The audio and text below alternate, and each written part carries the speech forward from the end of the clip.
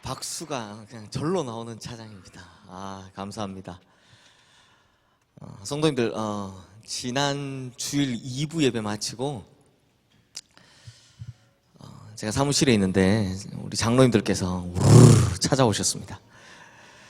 그래서 장로님들께서요, 다시 앉아서 하라고 혼이 났습니다. 사실 제가 치료 한 달 정도 더 남았는데요. 원래는 가만히 있어야 되는 기간이 이제 한 달 정도 더 남았는데, 제가 이렇게 서서 설교를 하니까 우리 장로님들께서 오셔서 그러면 안 된다고 목사님, 그 다리 저 70세까지 써야 되는데 그러시면 안 된다고 막 뜯어 말리셔서 제가 다시 이렇게 내려와 앉았습니다.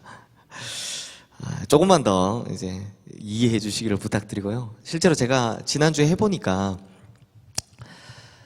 1부 한 번 예배는 괜찮은 것 같아요. 근데 2부 설교 마치고 이제 봉헌 기도할 때쯤 되니까 이제 반대쪽, 그러니까 한쪽으로만 기울여서 있잖아요. 반대쪽으로 있으니까 반대쪽이 아프기 시작하더니 3부가 되니까 양쪽이 다 아프고, 그날 밤에 좀 몸살 난 것처럼 막 되게 고생을 좀 했습니다. 그래서 아직은 시기상조였나 보다 생각하고요. 조금만 더 기다려 주시기를 부탁을 드리겠습니다. 저 장로님들한테 혼나는데 기분 되게 좋더라고요. 장로님들이 막 화가 내서 혼내시는 게 아니라 진짜 생각하셔서 혼내시니까 꼭 아버지가 혼내시는 것 같은 그런 느낌이었습니다. 그래서 제가 흔쾌히 알겠습니다 하고, 장로님들 뜻이 그러시면 그렇게 하겠습니다, 그냥 이렇게 이야기했습니다. 성도님들, 오늘은 또 어버이 주일이죠. 원래는 지금쯤 우리 성도님들의 가슴에 다 카네이션이 달려 있어야 하는데 올해는 코로나 때문에 그것도 못 해드렸습니다. 참 안타깝고 죄송합니다. 그래서 설교 시작하면서 서울여자대학교 사랑의 엽서 공모전에서 대상 받은 글을 제가 카네이션을 대신해서 읽어드리겠습니다. 나에게 티끌 하나 주지 않은 거린들이 내게 손을 내밀 때면 불쌍하다고 생각했습니다. 그러나 나에게 전부를 준 어머니가 불쌍하다고 생각해 본 적은 없습니다. 나한테 밥 한 번 사준 친구들과 선배들은 고마웠습니다. 답례하고 싶어서 불러냅니다. 그러나 날 위해 밥을 짓고 밤늦게까지 기다리는 어머니께 감사하다고 생각해 본 적은 없습니다. 실제로 존재하지도 않는 드라마 속 배우들 가정사에 그들을 대신해 눈물을 흘렸습니다. 그러나 일상에 지치고 힘든 어머니를 위해 진심으로 눈물을 흘려본 적이 없습니다. 골방에 누워 아파하던 어머니 걱정은 제대로 한 번도 해본 적이 없습니다. 친구 아이에게는 사소한 잘못 하나에도 미안하다고 사과하고 용서를 구했습니다. 그러나 어머니에게는 잘못은 셀 수 없이 많아도 용서를 구하지 않았습니다. 죄송합니다. 죄송합니다. 네, 이 글은 서울여자대학교 사랑의 엽서 공모전에서 대상 받은 글입니다. 마음이 짠하죠. 성도님들, 보통 유교를 효의 종교라고 하는데요, 사실 성경에서는 공자가 효에 대해 말하기 거의 1000년 전부터 이미 부모님을 공경하라 라는 강력한 메시지를 전하고 있습니다. 신명기 5장 16절 말씀을 보시면, 너는 내 하나님 여호와께서 명령한 대로 내 부모를 공경하라. 그리하면 내 하나님 여호와가 내게 준 땅에서 내 생명이 길고 복을 누리리라 라고 말씀하고 있습니다. 이 말씀에서 공경하다라는 말이 히브리어로 카바다인데요, 이 카바다라는 단어에는 두 가지 뜻이 동시에 담겨져 있습니다. 한 가지는 무겁게 부담이 될 정도로 라는 뜻이 하나 있고요. 또 다른 한 가지는 존경하다입니다. 존경하다. 그러니까 무슨 뜻입니까? 공경하라는 말에는 무겁게 존경하라, 부담이 될 정도로 존경하라, 섬겨드려라, 이런 뜻이 있다라는 겁니다. 그런데 성도님들, 혹시 이 사실을 아십니까?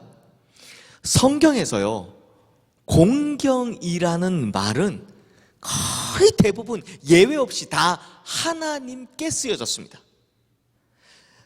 하나님께만 공경하다라는 표현이 쓰여진 거죠. 그런데 이 공경이라는 말이 하나님이 아닌 다른 대상에게 유일하게 사용된 것이 바로 부모님이십니다. 나 외에는 다른 것들은 절대로 섬기지 말라라고 그렇게 강력하게 말씀하셨던 하나님께서 오직 부모님에게만은 공경해도 된다라고 허용하셨다는 겁니다. 아니죠. 부모님은 공경해야 한다라고 명령하신 것입니다. 그러니 참 놀라운 이야기죠. 그런데 성도님들, 우리가 하나님을 공경한다라고 할 때 이게 과연 어떻게 하는 것이 하나님을 잘 공경하는 것이겠습니까? 하나님을 공경하는 법, 가장 잘하는 게 뭘까요? 간단합니다. 먼저는 하나님 뜻을 알고 그 다음으로 그분이 뜻하신 바대로 그분의 뜻대로 순종하는 것이 하나님을 잘 섬기는 것 아니겠습니까? 그래서 이걸 공경이라고 하죠. 그래서 하나님께서는요, 제사보다 순종이 낫다, 기름진 양보다 내 목소리 청종하는 것이 낫다라고 순종에 대해서 강조하셨습니다. 이게 항상 내 뜻대로 섬기면 문제가 되기 마련입니다. 실제로 이 교회에 문제가 생기는 교회들의 공통점을 보면 내 뜻을 주장하는 사람들이 있을 때 교회가 시끄러워진다라는 이야기가 있습니다. 그래서 교회에서는요, 내가 생각하기에는 라는 말을 해서는 안 됩니다. 바로 여기에 사단이 틈타기 때문입니다. 교회에서는 어떻게 이야기해야 합니까? 하나님께서 말씀하신 대로, 성경이 말씀하시는 대로, 즉 하나님의 뜻대로 섬기는 것이 가장 좋은 순종이고 가장 올바른 공경이며 섬김인 것입니다. 그런데 이 공경의 원칙은 효도에서도 마찬가지입니다. 효도도 내 생각대로 하면 안 됩니다. 누구 뜻대로?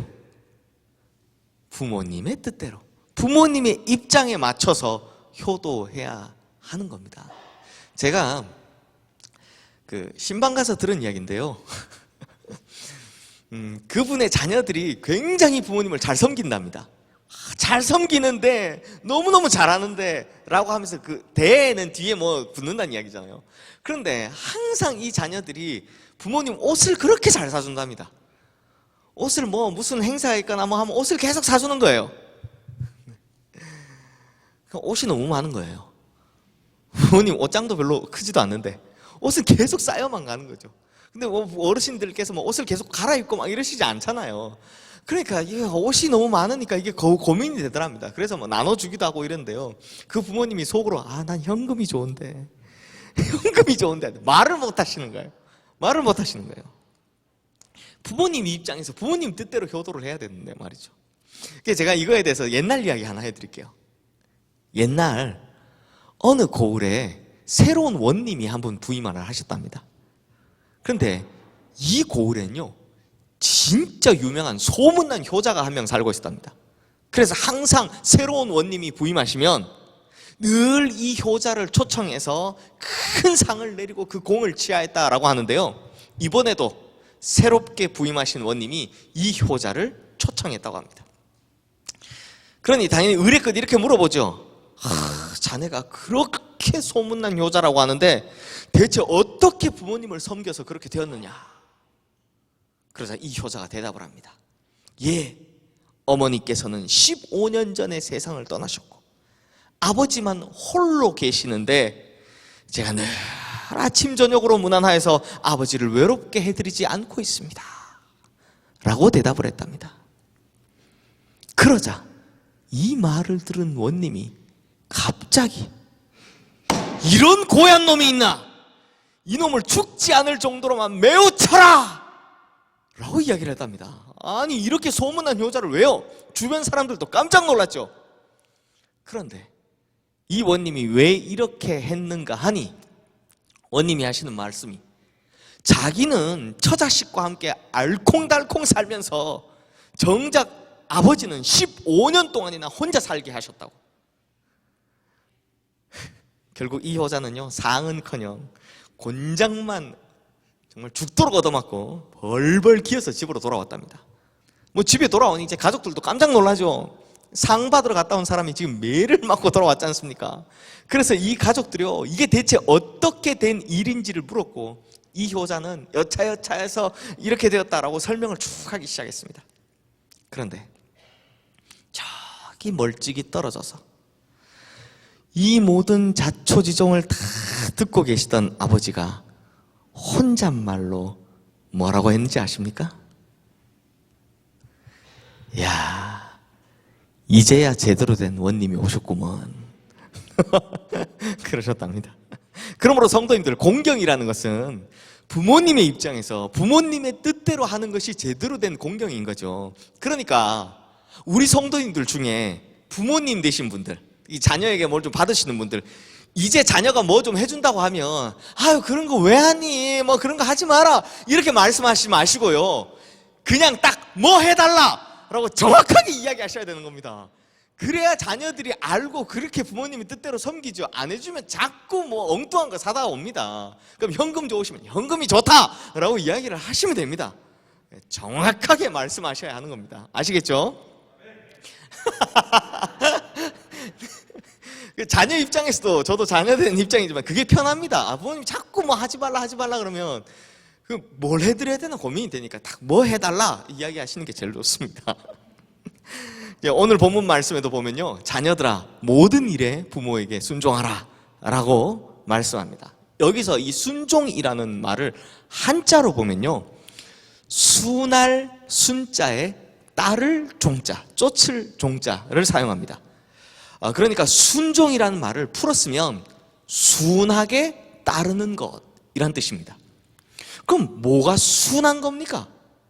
이 무엇이 순한 것인지 또다시 한자 뜻을 한번 보면 순할 순자는요, 내천자에 머리 혈자가 합쳐진 글자입니다. 그러니까 해석하면 머리로부터 발바닥으로 흘러내리는 것, 즉 물이 높은 곳에서부터 낮은 곳으로 흘러내리는 것 같은 것, 이것이 바로 순이다 라는 것입니다. 이걸 성경적 표현으로 하면 위에서부터 아래로 내려오는 것을 말하죠. 그렇게 위에서부터 아래로 내려오는 것, 즉 하나님의 뜻을 우리가 잘 따르는 것, 또 부모님의 뜻을 자녀들이 잘 따르는 것, 이것이 바로 순입니다. 이 순은요, 거스르면 안 되는 겁니다. 왜냐하면 물이 아래서 위로 거꾸로 올라가지 않지 않습니까? 이런 법이 없듯이 순종은 어떤 일은 따르고 어떤 일은 따르지 않고 하는 것이 아닙니다. 무조건 거스르지 않고 따르는 것을 말하는 거죠. 그렇다면 성도님들, 우리가 왜 부모님의 뜻을 따라야 합니까? 왜 우리가 부모님께 순종해야 합니까? 그 이유는 정말 간단합니다. 자녀가 잘못되라고 하시는 부모님은 이 세상에 아무도 없기 때문입니다. 자녀 잘못되라고 잔소리 하시는 부모님은 아무도 없기 때문입니다. 이 마음을 깨닫지를 못하기 때문에 자녀들 중에는요, 부모님께서 자기 마음에 안 드는 한마디를 하시면 그냥 팩 하고 돌아서서 이 부모님께 함부로 대하는 사람들 있죠. 물론 연로하신 부모님들께서 잘 모르실 수도 있고 때론 틀리실 수도 있습니다. 하지만 확실한 거 한 가지는 부모님의 마음엔요, 자기의 자녀들이 잘못되기를 바라는 마음이 털끝만치도 없다라는 겁니다. 그냥 자식 잘 되라고, 그저 자식이 잘 되기를 바라며 평생을 살아오신 분들이 부모님들이십니다. 그러므로 자녀들은요, 부모님의 말씀을 듣고 그걸 옳고 그른 것을 판단하는 것이 아닙니다.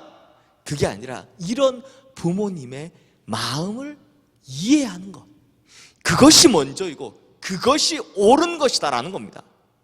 그래서 오늘 본문 말씀 보시면요, 이런 점에서 뭐라고 이야기합니까?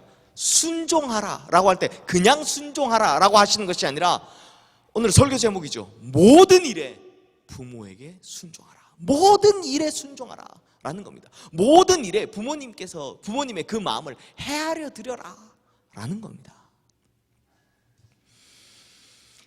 그런데 참,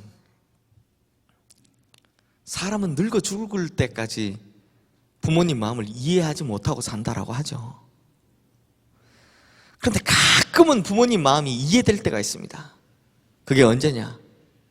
내가 나이가 들어서, 내가 같은 일을 겪으면서 그제서야 부모님의 마음을 조금씩 깨달아갑니다.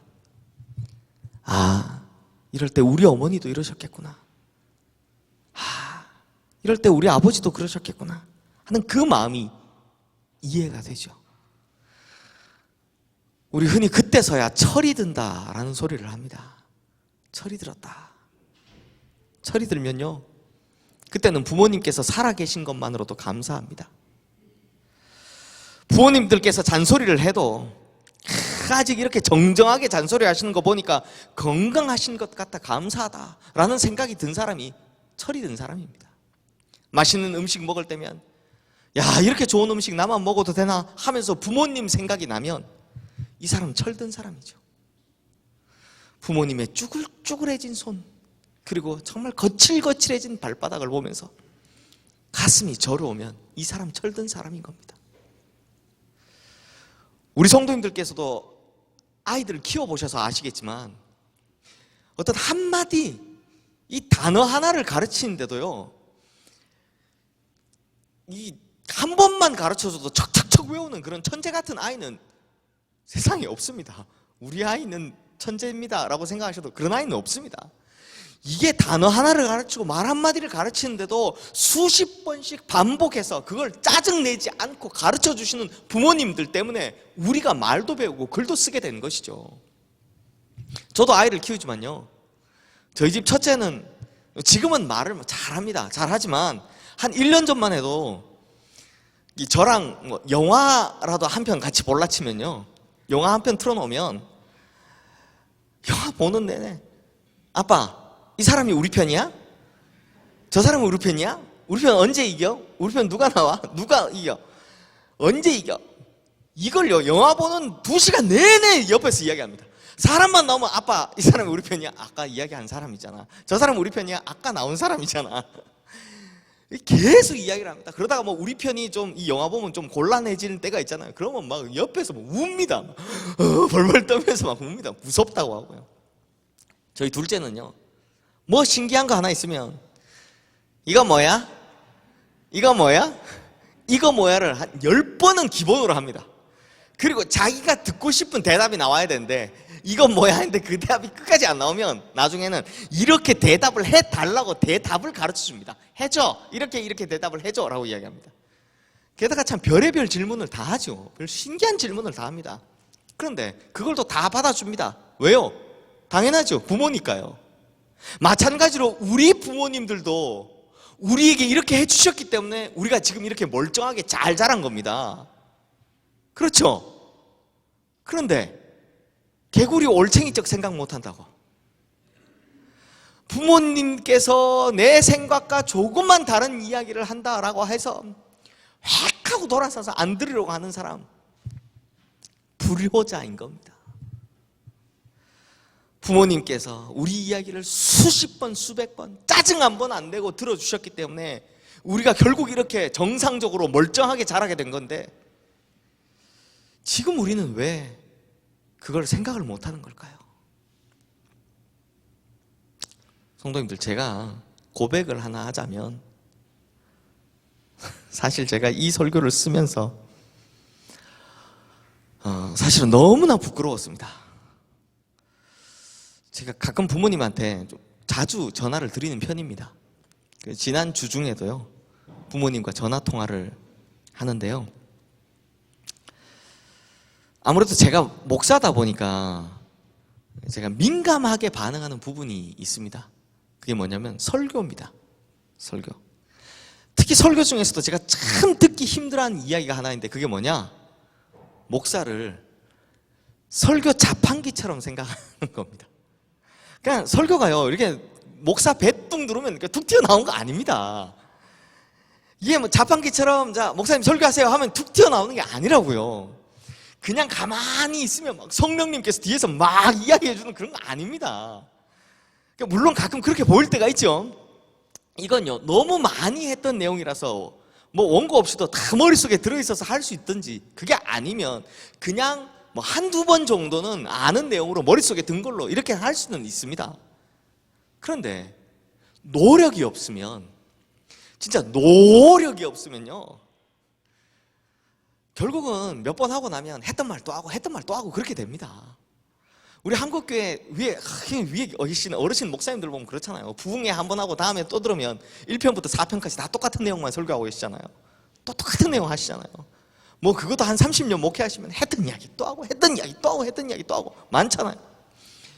이게 어쩔 수 없거든요. 그러다 보니 설교 준비할 때 보면요, 막 끊임없이 노력해야 됩니다. 기도해야 되고요, 끊임없이 자료를 찾고요, 설교 원고를 썼다가 지웠다가 다시 읽어보기, 이거를요 참 수차례 반복하면서 이 작업을 하면서 설교 원고를 탈거하는 겁니다. 그런데 예배 시간이 점점 다가오는데 설교가 안 써지면,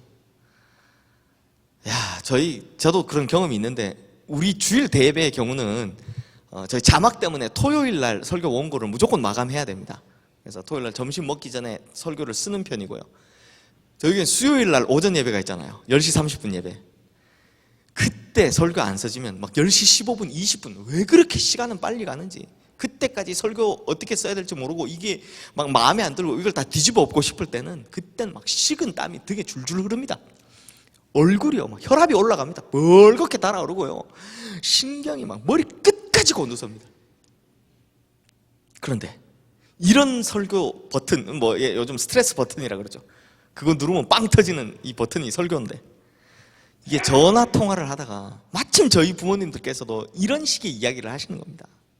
물론 지금 생각해 보면 설교 잘한다 라고 격려하시면서 좀 더, 요즘 이제 온라인으로 볼 수 있잖아요. 부모님이 이제 보실 수 있으니까 좀 더 많이 봤으면 한다 라는 말씀을 하신 것 같은데, 그 당시에는요, 이게 애둘러서 그렇게 이야기하시니까, 아니 목사 부모님인데도 이렇게 말씀하시나, 이렇게 생각하시나 싶어가지고 그냥 다다다다다다다다 전화기 대놓고 막 쏴붙였습니다. 제가 뭐라 그랬냐, 저희 어머니 아버지 장로님 권사님이시잖아요. 물론 이제 다 은퇴하셨지만 제가 이렇게 이야기했어요. 아니 목사는 거의 하루에 한 편 이상 설교를 씁니다. 일주일에 8편 가까이 설교를 쓰는데, 아버지 어머니도 딱 한 달만 매일같이, 그것도 다 다른 내용으로 기도문 매일 써보라고 제가 막 그렇게 막 다다다다다 쏴붙였습니다. 그게 수요일 밤이었는데요, 하필 이번 주가 어버이 주일인 겁니다. 저희 이제 목요일 날 저희 주보가 나가야 되기 때문에 목요일 날 본문을 탁 잡고 주일 날 어버이 주일에 할 이 설교를 쓰는데, 목요일, 금요일, 토요일, 이 원고를 쓰는 내내 마음이 무거운 겁니다. 이 영상 또 부모님이 보실 텐데, 부모님 보시고 니나 잘해라 이러시면 어쩌지? 좀 전에 말씀드린 이 부분 있잖아요. 제가 이렇게 썼어요. 부모님께서 내 생각과 조금 다른 이야기 한다고 해서 팩 하고 돌아선 안 들으려고 하는 사람 불효자입니다 라고 이 글을 쓰는데, 저도 못하는 판에 도저히 이 말을 할 그 용기가 안 생기는 겁니다. 그래서 차라리 그냥 있는 대로 그냥 그대로 이야기하자. 숨겨봐야 설교 시간에 목사가 거짓말밖에 더 하겠나 싶어서 그냥 이렇게 부끄러운 고백을 그대로 합니다. 그러니 성도님들, 저 같은 사람이 불효자인 겁니다. 아들 잘 되라고 하시는 말에 그냥 평소에 꾹꾹 눌러 놓았던, 그 목사니까 참아야 되는 게 있잖아요. 참고 눌러놨던 이 스트레스를 그냥 부모님한테, 딴 사람들한테 못 하잖아요. 그냥 부모님한테 다다다다다다 다 쏟아부었으니 불효자죠. 그래서 불효자는 웁니다. 그래서 불효자는 우는가 봅니다. 우리 성도님들은 이러시지 말라고 제가 드리는 말씀입니다. 사랑하는 성도님들, 신명기 5장 16절 말씀에 보면 너는 내 하나님 여호와께서 명령한 대로 내 부모를 공경하라. 그리하면 내 하나님 여호와가 내게 준 땅에서 내 생명이 길고 복을 누리리라 라고 말씀하셨습니다. 이것은요, 하나님의 명령입니다. 내 부모를 공경하라. 이 명령은요, 이 하나님의 명령은 지켜도 되고 안 지켜도 되는 것이 아닙니다. 무조건 지켜야 하는 하나님의 명령인 것입니다. 그리고 이것은 하나님의 약속입니다. 내게 준 땅에서 내 생명이 길고 네가 복을 누릴 것이다. 네가 그 땅에서 장수할 것이고 잘 될 것이고 그리고 네가 뿌린 열매를 너도 먹게 될 것이다 라는 이렇게 복된 약속을 우리에게 해주셨다는 겁니다. 그러므로 성도님들, 부모님은요, 한편 생각해 보면 하나님께서 우리에게 주신 축복의 통로이며 복된 선물입니다. 그러므로 우리 성도님들은, 모든 성도님들은 하나님의 이 명령을 따라 부모님을 공경하는, 모든 일에 부모님을 공경하는 효자, 효녀 성도님들이 되셔서 모두가 하나님께서 약속하신 축복을 다 받아 누리시는 성도님들 되시기를 주님의 이름으로 축원합니다. 이제 말씀을 마무리하겠습니다. 우리 성도님들 삼국지 읽어보셨죠? 이 삼국지에 보면 오나라의 손권이라는 사람이 나옵니다. 이 손권의 참모를 지낸 육적이라는 사람이 있는데요, 이 육적이라는 사람이 6살 때, 그러니까 굉장히 작을 때요, 원수를 만나게 됩니다. 그때 이 원술이, 육적이 굉장히 예뻤는지 귤을 이렇게 내놓게 됩니다. 근데 우리가 지금은 귤이 뭐 쉽게 구하지만 그런 당시에는 귤이 얼마나 구하기가 어려운 시절입니까?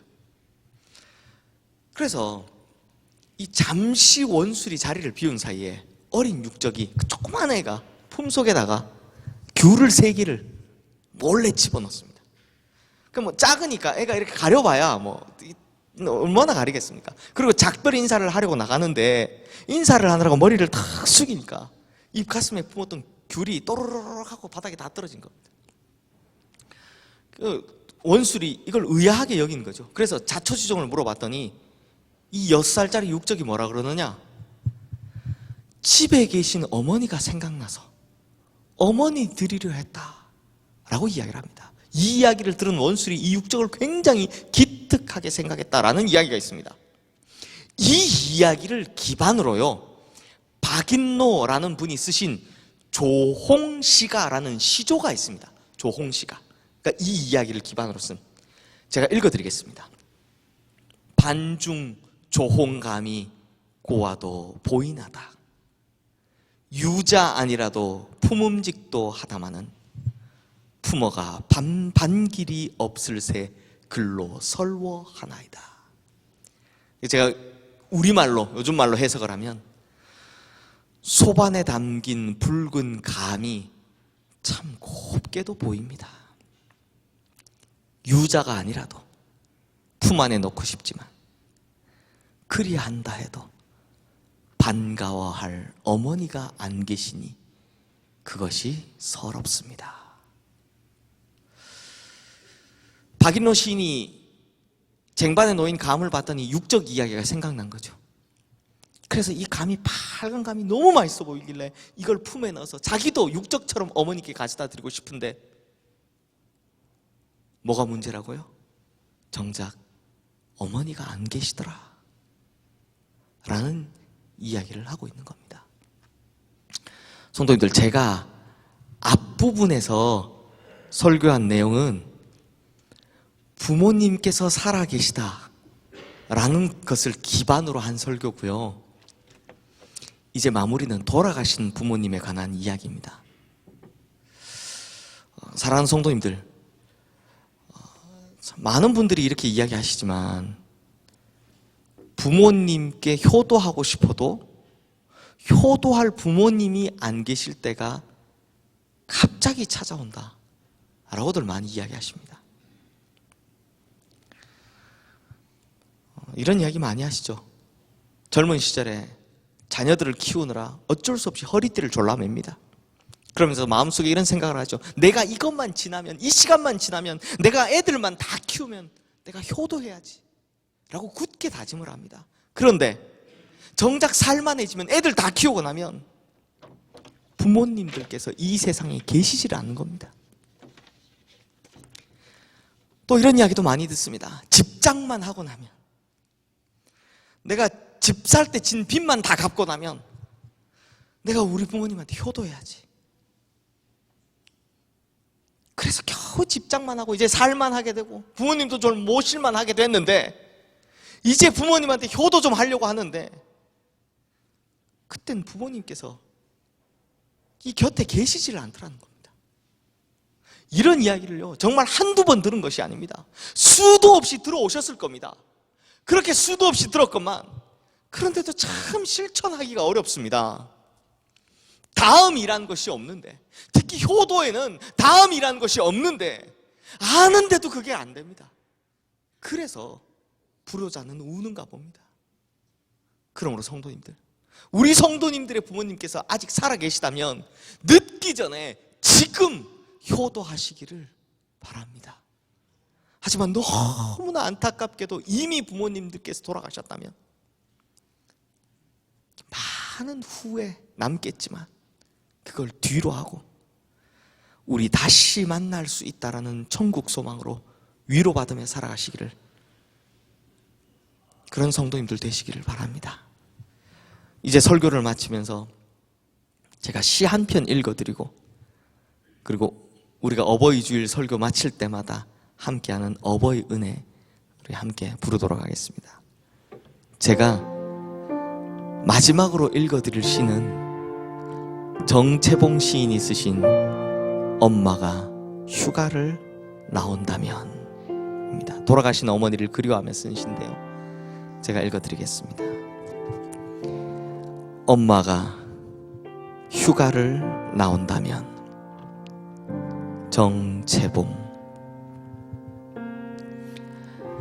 하늘나라에 가 계시는 엄마가 하루 휴가를 얻어 오신다면, 아니 반나절, 반 시간도 안 된다면, 단 5분, 그래 5분만 온데도 나는 원이 없겠다. 얼른 엄마 품속에 들어가 엄마와 눈맞춤을 하고, 그리고 한 번만이라도 엄마 하고 소리내어 불러보고, 숨겨놓은 세상사 중 딱 한 가지 억울했던 그 일을 일러 바치고 엉엉 울겠다. 성도님들, 돌아가신 어머니가 얼마나 그리운지 단 5분만이라도 좋으니, 단 5분만이라도 좋으니 다시 볼 수 있었으면 좋겠다. 단 한 번만이라도 다시 봤으면 좋겠다. 단 한 번만이라도 안겨서 그 품에서 울어보고 싶다 라는 이 절절한 애절함. 성도님들, 먹고 산다는 구차한 핑계 대다가 나중에 이런 절절한 애절함에 목이 메이는 후회를 하시기 전에 지금 원껏 효도하시는 우리 성도님들 되시기를 주님의 이름으로 축원합니다. 그리고 이미 부모님들께서, 돌아가신 성도님들께서는 사무치는 그리움이 있으시겠지만 천국 소망의 믿음으로 꼭 위로받으시기를 주님의 이름으로 축원합니다. 이제 어버이 은혜 우리 다 함께 부르겠습니다.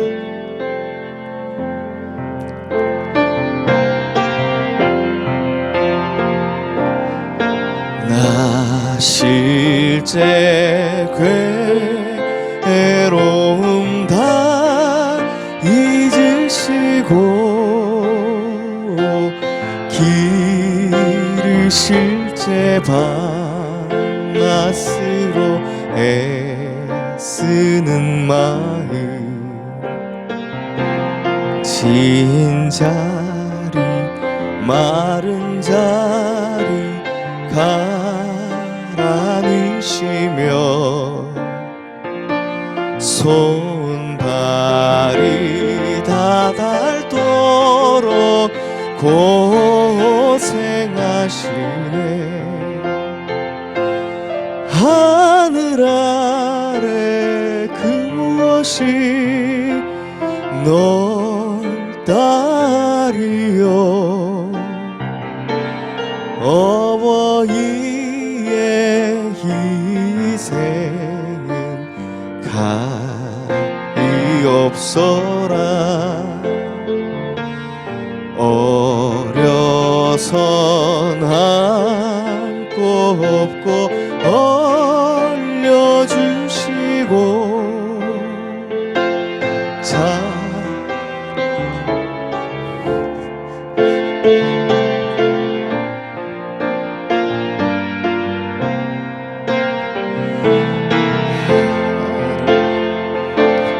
그릇될 살짝씩 생각해.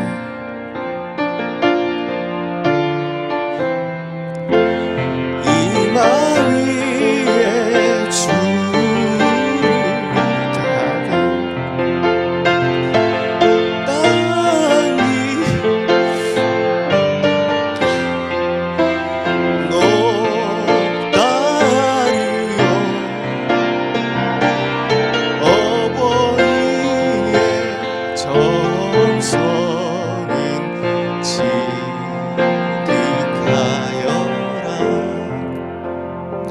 기도하겠습니다.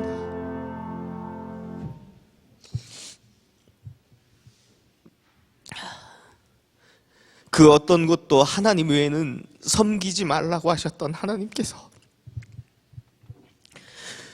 유일하게 공경하라고 말씀하신 대상이 부모님이십니다. 그렇게 내 부모를 공경하라고 명령하셨고, 그리하면 내가 이 땅에서 장수하고 복을 얻을 것이다 라고 약속해 주기까지 하셨습니다. 그러므로 우리가 하나님의 명령을 잘 지키고 하나님의 약속된 축복을 취하게 하여 주시옵소서. 하지만 그 모든 것보다 부모님 돌아가시고 나서 그때 땅을 치며 후회하지 않도록 지금부터 잘 효도하여서 후회 남기지 않도록 해주시옵소서. 또한 부모님께서 이미 돌아가셔서 너무나 보고 싶어서 너무 그리운 성도님들이 계시다면 우리 다시 만날 날이 온다는 천국 소망으로 주님께서 특별히 위로하여 주시옵소서. 우리에게 바로 우리 부모님을 허락하여 주신 우리 주 예수 그리스도 이름으로 감사드리며 기도드리옵나이다. 아멘.